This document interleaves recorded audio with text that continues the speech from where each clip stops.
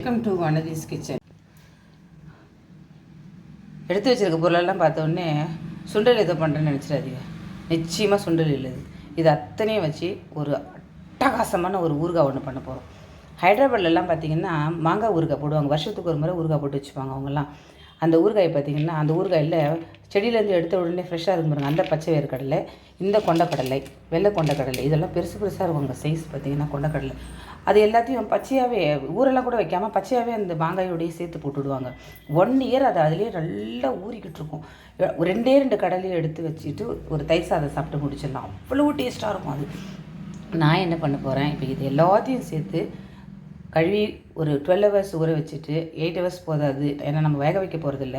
அதனால் ஒரு 12 ஹவர்ஸ் இதை ஊற வச்சுட்டு அதுக்கப்புறம் ஊறுகாய் பண்ணுவோம். இதை இன்றைக்கி ஊற போடுறேன், நாளைக்கு தான் ஊறுகாய் பண்ண போகிறேன். மீதி இருக்கிற விஷயங்களை நாளைக்கு சொல்கிறேன். நான் அதை சமைக்கிறதுக்கு வாங்கின காய்கறிகளில் பார்த்திங்கன்னா 1, 2 அப்படியே மீதி வச்சுருப்போம். ஒரு கத்திரிக்காய், ஒரு கேரட்டு, 2 பீன்ஸ், அந்த மாதிரி எல்லாம் அந்த மாதிரியான இருக்கிற காய்கறிகள் எல்லாத்தையும் இதோடு சேர்க்க போகிறேன். நல்லா ஊறி ரெடி ஆகிடுச்சு. 12 ஹவர்ஸ் ஊற வச்சுருந்தேன். அது நல்லா இப்போ ரெடி ஆகிடுச்சு.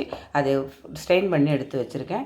வீட்டில் இருந்த கத்திரிக்காய், அவரைக்காய், பீன்ஸு, வாழைக்காய் போட்டிருக்கேன். நீங்கள் இதோட கோவக்காய் போட்டுக்கோங்க, கேரட் இருந்ததுன்னா போடுங்க, முருங்கைக்காய் போடலாம். வேறு எந்த காயும் இதுக்கு சூட் ஆகாது.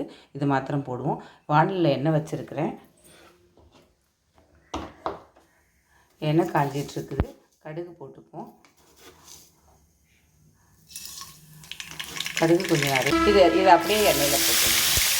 ஊற வச்ச அந்த கடலையை முழுக்க எல்லாத்தையும் எண்ணெயில் போட்டுட்டு இதை நல்லா எண்ணெயில் வதக்கணும். புளிப்பு இல்லாமல் எப்படி ஊறுகாய் பண்ணுறாங்க அப்படின்னு நினைக்க வேண்டாம்.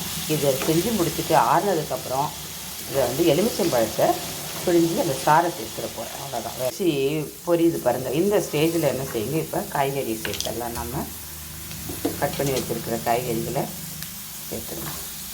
காய்கறி கொஞ்சம் சாஃப்டாகட்டும். ஊறுகாய்க்கு தேவையான உப்பு போட்டுடுறேன்.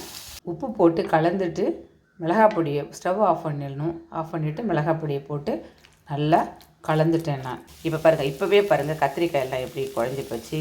7 எலுமிச்சம்பழத்தை பிழிஞ்சு சாறு எடுத்து வச்சுருக்கேன். இது நல்லா ஆறிடுச்சு. இப்போ இந்த எலுமிச்சம்பழ சாறை இதில் ஊற்றிடுவோம். கடுகு, வெந்தயம் வறுத்து பொடி பண்ணி வச்சுருந்தேன், அதை போட்டுடுறேன். ஊறுகாய்னாலே இந்த பொடி இல்லைன்னா அந்த ஃப்ளேவரே வராது. போட்டு நல்லா கலந்துட்டு எண்ணெய் ஊற்றி இந்த மாதிரி ஒரு ஜடியில் போட்டு இன்னுமே கொஞ்சம் எண்ணெய் ஊற்றணும். நான் இது போதும்னு நினைக்கிறேன். அது ஊறணும், பார்க்கலாம். வேணும்னா தேவைப்பட்டு தான் மறுபடியும் கொஞ்சம் மேலே ஊற்றிக்கலாம். நல்லா ஊறின உடனே 2-3 நாள் கழித்து சாப்பிட ஆரம்பிச்சிடுங்க. ட்ரை பண்ணி பாருங்கள். பிடிச்சதில் லைக் பண்ணுங்கள், ஷேர் பண்ணுங்கள், சப்ஸ்கிரைப் பண்ணுங்கள். நன்றி, வணக்கம்.